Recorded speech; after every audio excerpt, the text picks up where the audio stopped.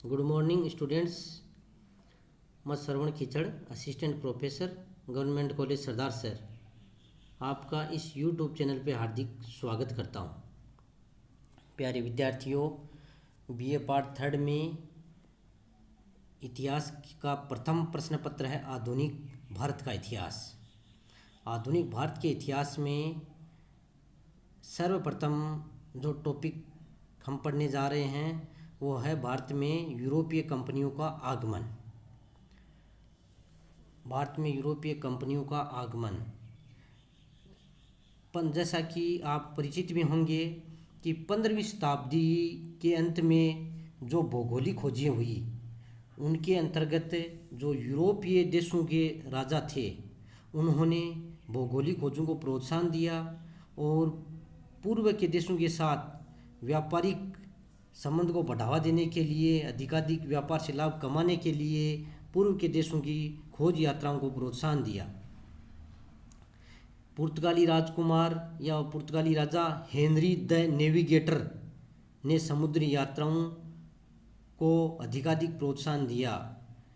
इन्हीं प्रोत्साहन के अंतर्गत पुर्तगाल के वास्को डी गामा ने 17 मई 1498 ईस्वी को कालीकट बंदरगाह पहुंचकर भारत के समुद्री मार्ग की खोज की थी।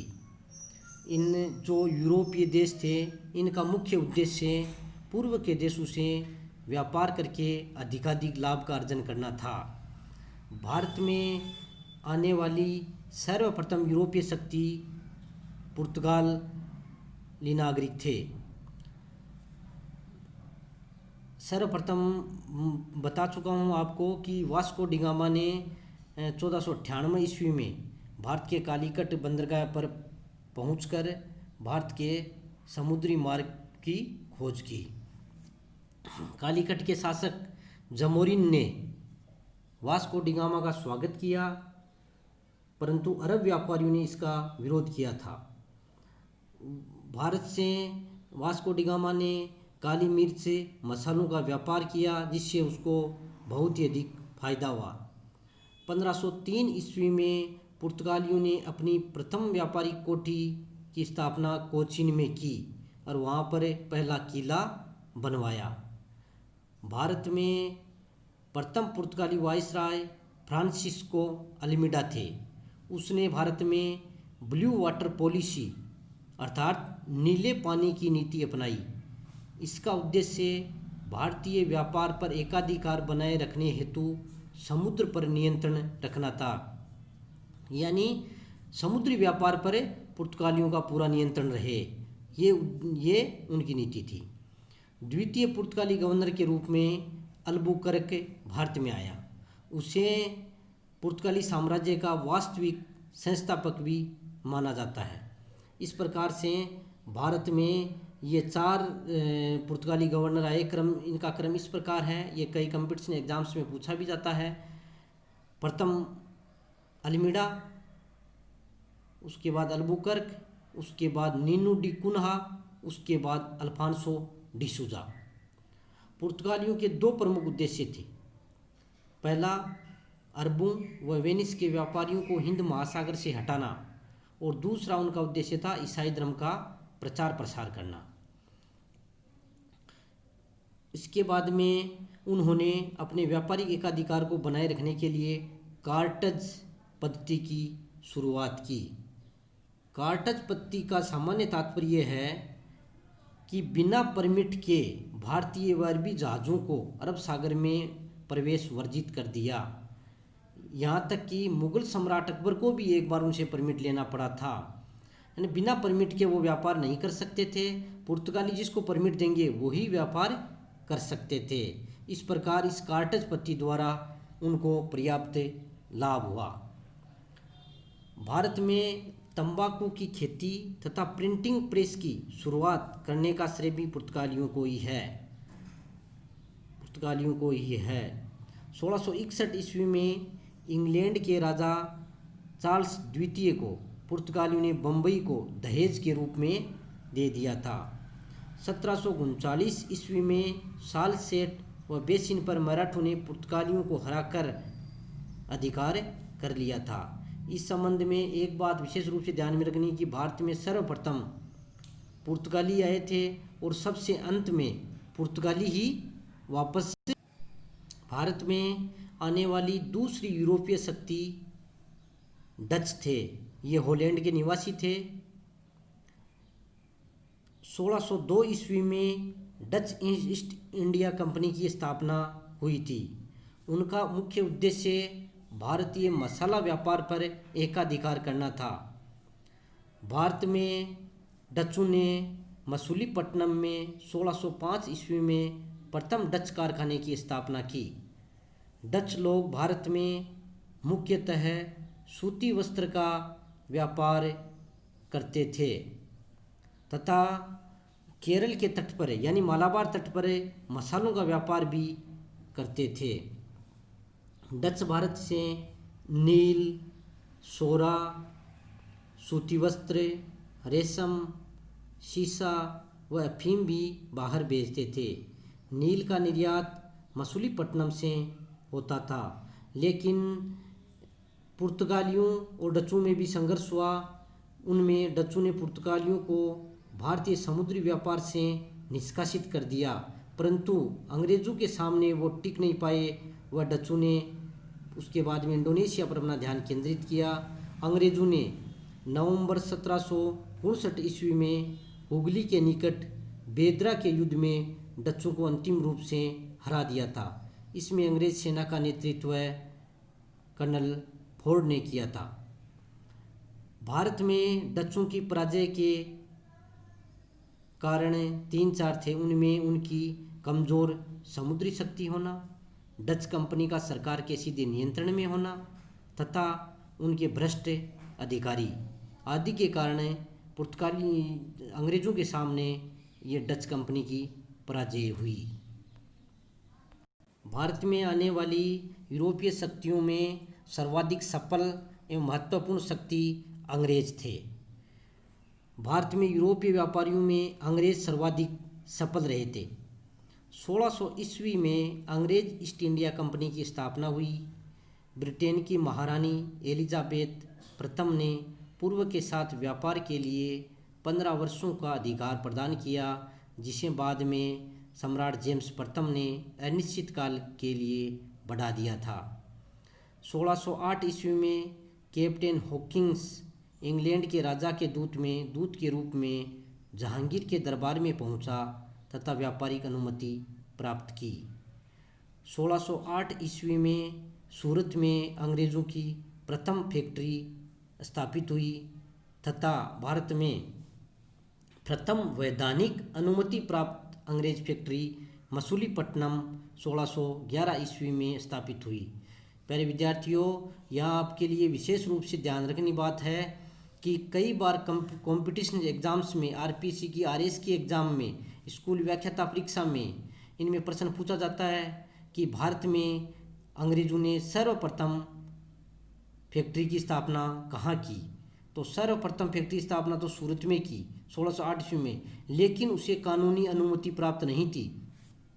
कानूनी अनुमति प्राप्त फैक्ट्री 1611 ईस्वी में मसूलीपट्टनम में हुई थी। हालांकि जो सूरत वाली फैक्ट्री थी उसको 1613 ईस्वी में मान्यता प्राप्त हुई थी। 1615 ईस्वी में इंग्लैंड के राजा जेम्स प्रथम के दूत के रूप में सूरत पहुंचा टॉमस यानी 1615 ईस्वी में इंग्लैंड के राजा के जेम्स प्रथम के दूत के रूप में टॉमस सूरत पहुंचा। वह जनवरी 1616 ईस्वी में जहांगीर से अजमेर में उससे बातचीत की। उसने मुगल साम्राज्य में व्यापार करने के लिए अधिक रियायतें प्राप्त की। अंग्रेज़ों ने मद्रास में फोर्ट सेंट जॉर्ज नामक किला बनवाया। ये अंग्रेज़ों का भारत में प्रथम किला था। 1651 ईस्वी में बंगाल में हुगली नामक स्थान पर प्रथम अंग्रेज कारखाने की स्थापना हुई। 1699 ईस्वी में जॉब चोरनोक ने कलकत्ता की नींव डाली तथा पोर्ट विलियम नामक किला बनवाया। मुगल सम्राट फर्रुख शेर ने 1717 ईस्वी में एक फरमान यानी दस्तक जारी कर बंगाल में 3,000 रुपये वार्षिक कर के बदले कंपनी के व्यापार को सीमा शुल्क से मुक्त कर दिया तथा कंपनी के बम्बई में डाले गए सिक्कों को संपूर्ण मुगल साम्राज्य में मान्यता दी।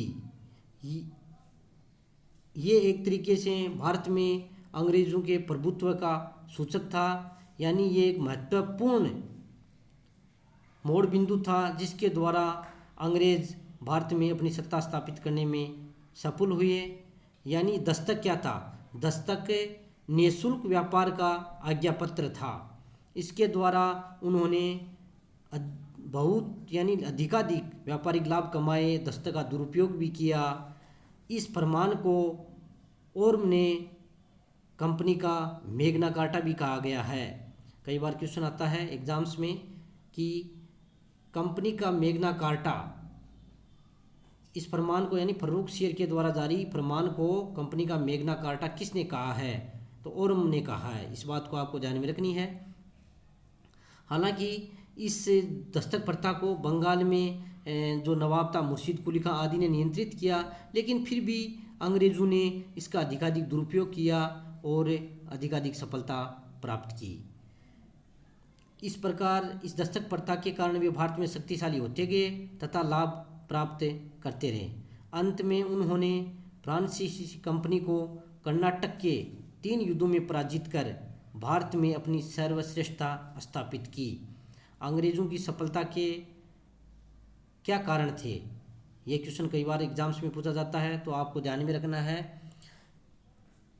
नंबर 1, इंग्लैंड की नौसैनिक श्रेष्ठता, यानी उनकी जो नौसैन्य सेना थी वो सबसे अधिक श्रेष्ठ थी।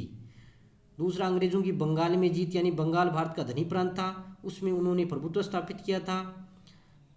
तीसरा बिंदु हम लिख सकते हैं अंग्रेज़ कंपनी को ब्रिटिश सरकार का सहयोग, यानी जो ब्रिटिश सम्राट था, ब्रिटिश सरकार थी, वो अंग्रेज़ कंपनी को सहयोग करती थी। और जो चौथा पॉइंट है या चौथा कारण है उसमें अपन लिख सकते हैं योग्य अंग्रेज़ सेनापति होना। जो अंग्रेज़ सेनापति थे वो अन्य सेनापति फ्रांसीसियों, डचों इनके मुकाबले अधिक योग्य थे, जिसके कारण अंग्रेज़ वाली यूरोपीय शक्तियों में चौथे नंबर पे फ्रांसीसी आए थे। यानी सबसे अंत में भारत में आने वाली यूरोपीय शक्ति फ्रांसीसी थे। 1664 ईस्वी में फ्रेंच ईस्ट इंडिया कंपनी की स्थापना हुई। उन्होंने 1668 ईस्वी में फ्रांसिस कैरो ने सूरत में पहले फ्रेंच व्यापारी कारखाने की स्थापना की। कई बार क्वेश्चन पूछा जाता है कि फ्रेंच व्यापारी कारखाने की स्थापना कब हुई या कहाँ हुई? भारत में फ्रेंच बस्तियों का मुख्यालय मुख्य रूप से पांडिचेरी था। फ्रेंच कंपनी ने 1721 ईस्वी में मॉरिशस, 1725 ईस्वी में माहे तथा 1739 ईस्वी में करिकाल को जीता। प्रारंभ में फ्रेंच कंपनी की स्थापना व्यापारिक उद्देश्यों के लिए की गई थी, किंतु डुप्ले के गवर्नर बनने के बाद फ्रेंच कंपनी भारतीय राजनीति में सक्रिय हो गई। अतः अंग्रेज़ों व फ्रांसीसियों में भारत में प्रभुसत्ता की स्थापना के लिए 3 युद्ध हुए, जिन्हें कर्नाटक युद्ध के नाम से जाना जाता है। ये 3 युद्ध इस प्रकार हैं। प्रथम कर्नाटक युद्ध 1746 से 1748 ईस्वी के बीच हुआ था। इस युद्ध का तात्कालिक कारण अंग्रेज़ कैप्टन बर्नेट के द्वारा फ्रांसीसी जहाज़ों पर अधिकार करना था, जिसके कारण, हालांकि इसका एक अन्य कारण भी था, ये ऑस्ट्रिया के उत्तराधिकार से संबंधित विवाद भी इनमें था। इस युद्ध में गवर्नर डुप्ले ने सफलता प्राप्त की तथा फ्रांसीसियों की इसे 1748 ईस्वी में अक्स लापेल की संधि से यूरोप में दोनों देशों में युद्ध समाप्त होने से भारत में भी दोनों कंपनियों में युद्ध समाप्त हो गया। इस युद्ध से भारत में फ्रांसीसियों की प्रतिष्ठा बढ़ी। द्वितीय कर्नाटक युद्ध 1749 ईस्वी से 1754 ईस्वी के बीच हुआ था। द्वितीय कर्नाटक युद्ध कर्नाटक व हैदराबाद में उत्तराधिकार युद्ध का परिणाम था। कर्ना कर्नाटक में और हैदराबाद में वहाँ पर उत्तराधिकारी युद्ध चल रहा था। तो इस संबंध में अंग्रेज़ों ने और फ्रांसीसियों ने अलग अलग शक्तियों का पक्ष लिया था।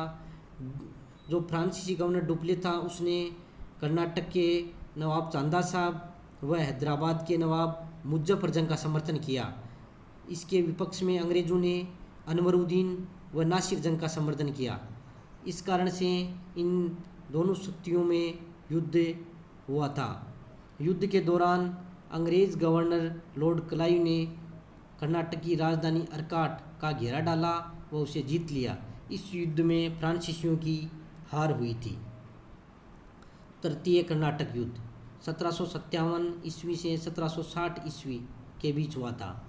इस तृतीय कर्नाटक युद्ध का कारण अंग्रेज सेनापति लॉर्ड क्लाइव द्वारा चंद्रनगर पर अधिकार करना था, जो कि फ्रांसीसियों के अधिकार में था। तो इस कारण से ये युद्ध प्रारंभ हुआ। 22 जनवरी 1760 ईस्वी को वांडीवास नामक स्थान पर अंग्रेज सेनापति आयरकूट ने लाली के नेतृत्व वाली फ्रांसीसी सेना को पराजित कर दिया। इस प्रकार से इस युद्ध में अंग्रेज़ों की विजय हुई। 1761 ईस्वी में पौंडीचेरी पर अंग्रेज़ों ने अधिकार कर लिया। तीसरे कर्नाटक युद्ध में फ्रांसीसियों की निर्णायक पराजय हुई, अंग्रेज़ों को सफलता मिली। इस प्रकार से प्यारे विद्यार्थियों, ये क्वेश्चन आपको याद रखना निश्चित रूप से कई बार कॉम्पिटिशन एग्जाम्स में पूछा जाता है कि भारत में आने वाली यूरोपीय शक्तियों का कालक्रम क्या है। तो पहला पुर्तगाली, दूसरा डच, अंग्रेज़ और फ्रांसीसी, ये आपको क्रम याद रखना है। और प्यारे विद्यार्थियों, इस टॉपिक से संबंधित 2 क्वेश्चन आपको होमवर्क के लिए दिए जा रहे हैं, इनको भी आपको नोट करना है। पहला क्वेश्चन है, भारत में अंग्रेज़ों की सफलता के क्या कारण थे। क्वेश्चन दूसरा, कर्नाटक युद्ध से आप क्या समझते हैं। इसको आपको ये कंटेंट भी ये मैं आपके पास भेज रहा हूँ, इसको भी पढ़ना है और जो वीडियो है उसको आप बार बार देखा करो ताकि आपके कंसेप्ट क्लियर हो सके। धन्यवाद।